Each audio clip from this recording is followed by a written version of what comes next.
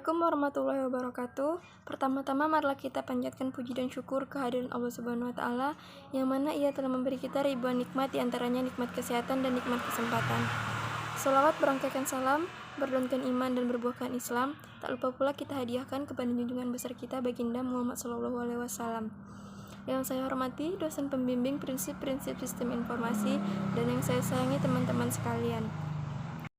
Pada kesempatan kali ini, kami akan menyampaikan topik Sistem Informasi Akuntansi.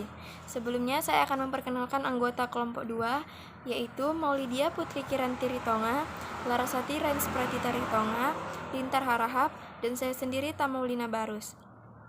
Adapun materi yang akan disampaikan yaitu pengertian CBIS, fungsi CBIS, komponen CBIS, pengertian sistem informasi akuntansi, karakteristik sistem informasi akuntansi, macam-macam sistem informasi akuntansi, tujuan mempelajari sistem informasi akuntansi, komponen sistem informasi akuntansi, dan pihak pengguna sistem informasi akuntansi. Baiklah, saya akan menjelaskan pengertian dari CBIS. CBIS, Computer Based Information System, atau yang dalam bahasa Indonesia disebut juga Sistem Informasi Berbasis Komputer, merupakan sistem pengolah data menjadi sebuah informasi yang berkualitas dan dipergunakan untuk suatu alat bantu pengambilan keputusan. Beberapa istilah yang terkait dengan CBIS yang akan dibahas pada bagian ini antara lain adalah data, informasi, dan sistem. Data merupakan deskripsi dari sesuatu dan kejadian yang kita hadapi. Jadi pada intinya, data merupakan kenyataan yang menggambarkan suatu kejadian dan merupakan kesatuan nyata yang nantinya akan digunakan sebagai bahan dasar suatu informasi. Informasi merupakan hasil dari pengolahan data menjadi bentuk yang lebih berguna, baik yang menerimanya yang menggambarkan suatu kejadian-kejadian nyata dan dapat digunakan sebagai alat bantu untuk pengambilan suatu keputusan. Sistem merupakan entitas, baik abstrak maupun nyata, di mana terdiri dari beberapa komponen yang saling terkait satu sama lain. Objek yang tidak memiliki kaitan dengan unsur-unsur dari sebuah sistem bukanlah komponen dari sistem tersebut. Terima kasih kepada saudari Tamaulina Barus. Baiklah, di sini saya akan menjelaskan mengenai fungsi dari CBIS. Fungsi dari CBIS itu sendiri yaitu mendapatkan, mengumpulkan, mengolah, mendistribusikan, dan menyimpan informasi, memanage dan menggunakan informasi sebagai pengambilan keputusan, memecahkan masalah terstruktur atau program bagi kalangan manajer, pembuatan dan pengolahan laporan, pemberdayaan komunikasi aktivitas organisasi, serta kecanggihan sistem sehingga dapat meniru kecerdasan manusia.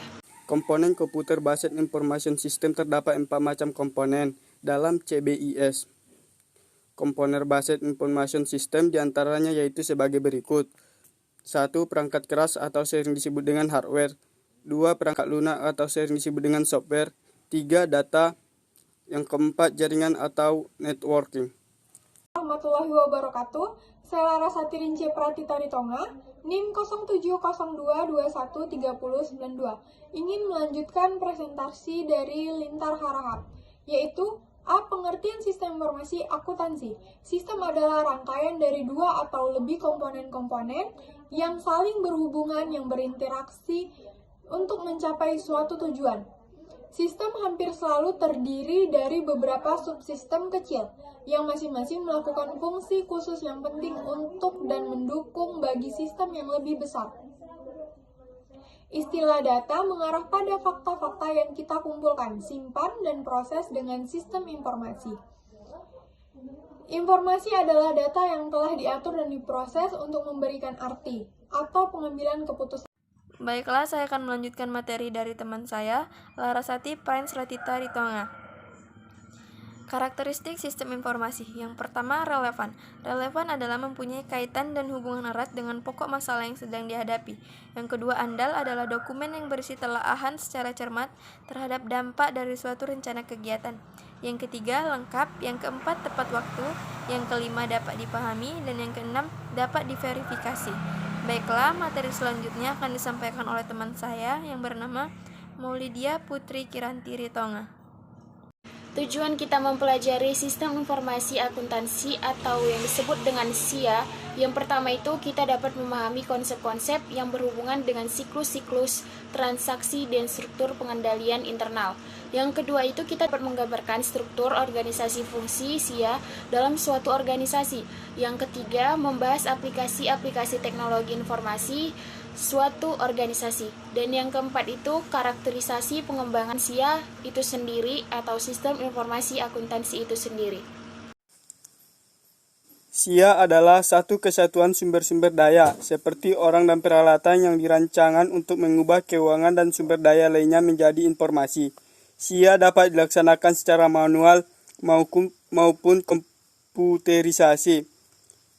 SIA terdiri dari 5 komponen, yaitu 1. Orang-orang, 2. Prosedur-prosedur, 3. Data, 4. Software atau perangkat lunak, 5. Infrastruktur teknologi informasi. Assalamualaikum warahmatullahi wabarakatuh. Saya Larasati Rince Pratita Ritonga, NIM 0702213092, ingin melanjutkan presentasi dari Lintar Harahap, yaitu pihak pengguna utama informasi akuntansi. 1. Pihak eksternal. A. Para pemegang saham atau stockholders. B. Para investor atau investors. C. Para kreditor atau creditors. D. Lembaga-lembaga pemerintahan atau government agencies. E. Para pelanggan dan pemasok atau customers and vendors. 2. Pihak internal. A. Para pengelola atau managers. Pemahaman cara sistem akuntansi bekerja. 1. Bagaimana cara mengumpulkan data tentang aktivitas dan transaksi suatu organisasi. 2. Bagaimana mengubah data tersebut menjadi informasi yang dapat digunakan pihak manajemen untuk menjalankan organisasi mereka.